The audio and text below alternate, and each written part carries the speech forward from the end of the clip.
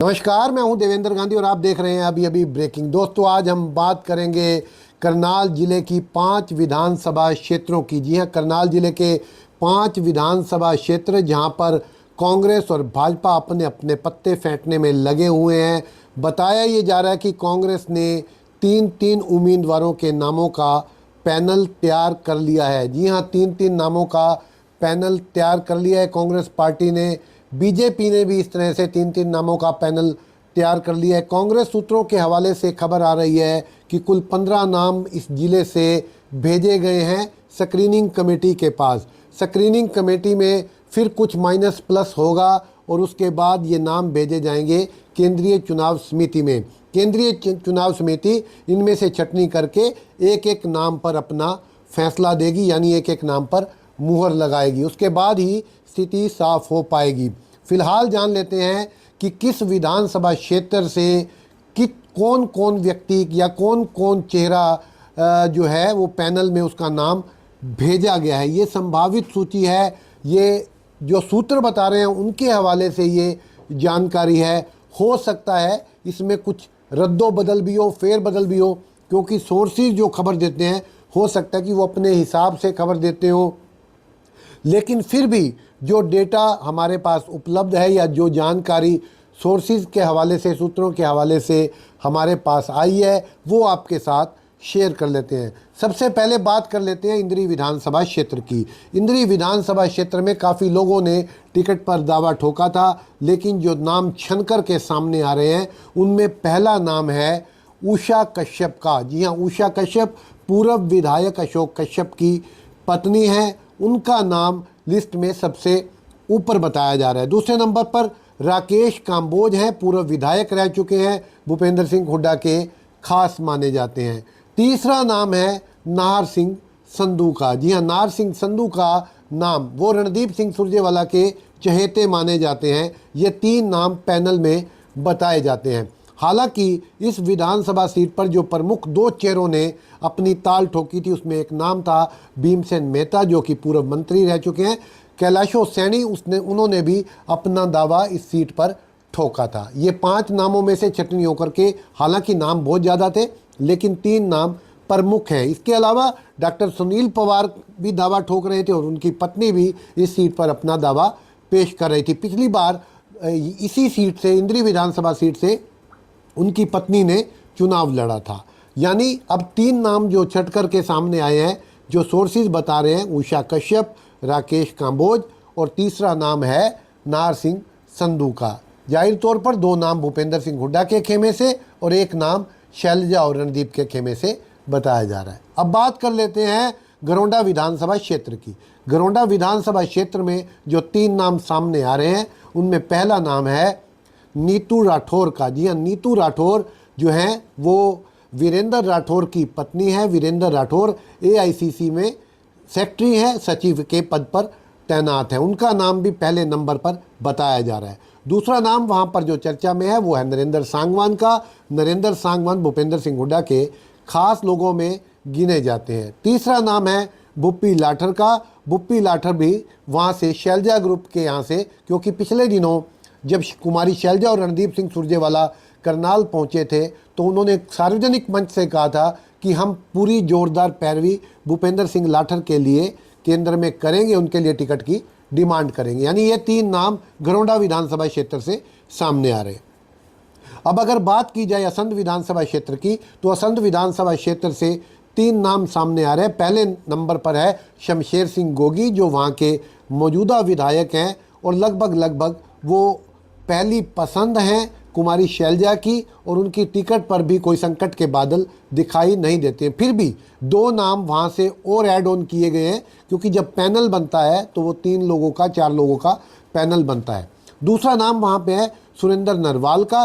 सुरेंद्र नरवाल काफ़ी समय से, पिछले 2014 में भी वो असंध से टिकट चाहते थे लेकिन उन्हें टिकट नहीं मिला। उसके बाद करनाल से उन्हें 2014 में टिकट दिया था और वो यहाँ से चुनाव लड़े थे।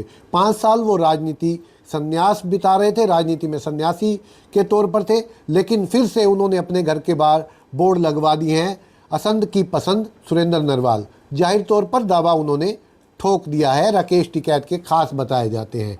तीसरा नाम है शेर प्रताप शेरी का, युवा चेहरा है। शेर प्रताप शेरी भी वहाँ से ताल ठोक रहे हैं और उनका नाम भी पैनल में, सोर्सेज जो बता रहे हैं उनका नाम भी पैनल में शामिल है। अब बात कर लेते हैं नीलोखेड़ी विधानसभा क्षेत्र की। जी हाँ, नीलोखेड़ी विधानसभा क्षेत्र में कई चेहरे, सबसे ज़्यादा जो लोगों ने ताल ठोकी थी, ये रिजर्व कॉन्स्टिट्यूंसी है करनाल जिले की, और यहाँ पर 88 लोगों ने कांग्रेस टिकट के लिए आवेदन किया था। लेकिन इस सीट पर जो प्रमुख नाम सामने आ रहा है वो नाम है रणधीर सिंह का, जो कि ईश्वर सिंह के पुत्र हैं। ईश्वर सिंह जो गुल्ला के विधायक रह चुके हैं, कुमारी शैलजा के बेहद खास हैं। जेजेपी से विधायक थे, हाल ही के दिनों में रिजाइन करके कांग्रेस ज्वाइन की और अब वो कांग्रेस से टिकट चाहते हैं और अपने बेटे के लिए टिकट चाहते हैं। नीलोखेड़ी से उनका नाम सामने आया। पिछली तौर पर हालांकि उन्होंने, ईश्वर सिंह ने कांग्रेस ज्वाइन नहीं की, लेकिन कुमारी शैलजा के साथ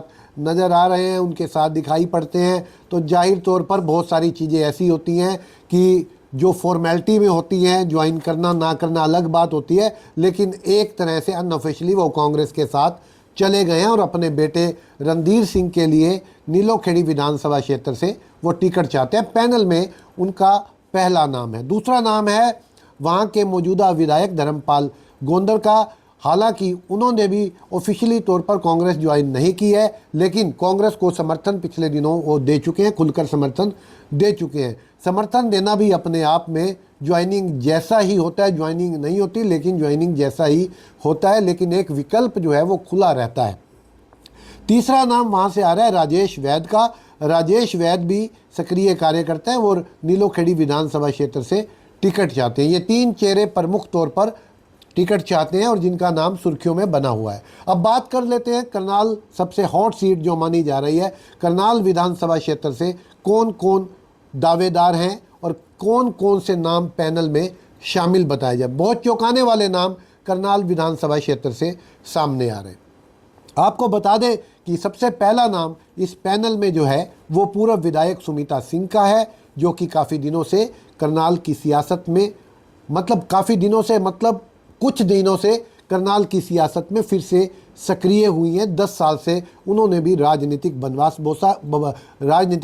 भोगा है, क्योंकि इससे पहले वो 10 साल तक करनाल की विधायक रही हैं। इसके बाद वो 5 साल के लिए असंध शिफ्ट हो गई थी, यानी 5 साल के लिए नहीं कहेंगे, वो शिफ्ट हो गई थी असंध, वहाँ से चुनाव वो हार गई थी। फिलहाल वो करनाल से टिकट की जुगत में है, टिकट की ट्राई में है और जनसंपर्क का अभियान भी उन्होंने छेड़ रखा है। तो पैनल में सुमिता सिंह पूर्व विधायक का नाम भी शामिल बताया जा रहा है। दूसरा नाम पूर्व मंत्री जो कि इंद्री के रहने वाले भीमसेन मेहता, उनका नाम भी पैनल में शामिल बताया जा रहा है कि वो करनाल से चुनाव लड़ सकते हैं। तीसरा नाम जो है सुरेश गुप्ता मतलोडा का है, जो कि प्रदेश कांग्रेस कमेटी के कार्यकारी अध्यक्ष हैं। सुरेश गुप्ता भी टिकट के लिए ट्राई कर रहे हैं और उनका नाम भी मजबूत दावेदारों की लिस्ट में है।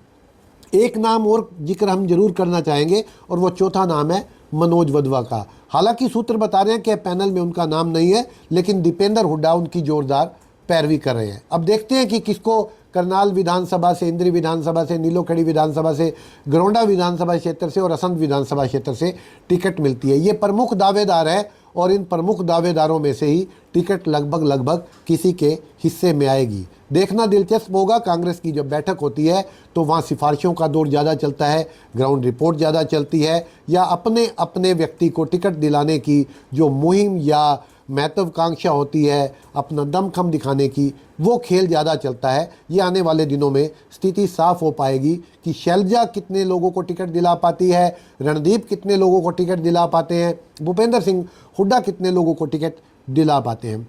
अनऑफिशियली तौर पर जो बात सामने आ रही है वो ये है कि भूपेंद्र सिंह हुड्डा के हिस्से में 60 सीटें आई हैं, यानी वो अपने लोगों को कम से कम 60 सीटें दिला पाएंगे।